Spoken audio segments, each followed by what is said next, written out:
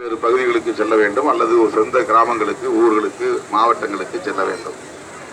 யாரும் கூடவே வரக்கூடாது. தேர்தல் அதிகாரிகள் வண்டி வாகனங்கள் எவ்வளவு வருகின்றன என்பதை வீடியோ எடுக்கிறார்கள்.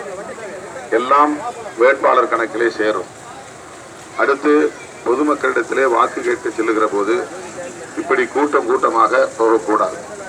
2-3 வண்டிகளில் தான் வேட்பாளர்கள் போக வேண்டும், மக்களை சந்திக்க வேண்டும்.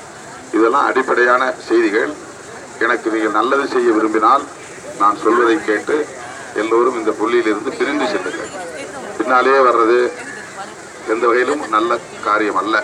இதனுடைய பணிவான வேண்டுகோள். மறுபடியும் நான் கேட்டுக்கொள்ளும் நிலைக்கு என்னை தள்ள வேண்டாம் என்று உங்களை பணிவோடு கேட்டுக்கொள்கிறேன்.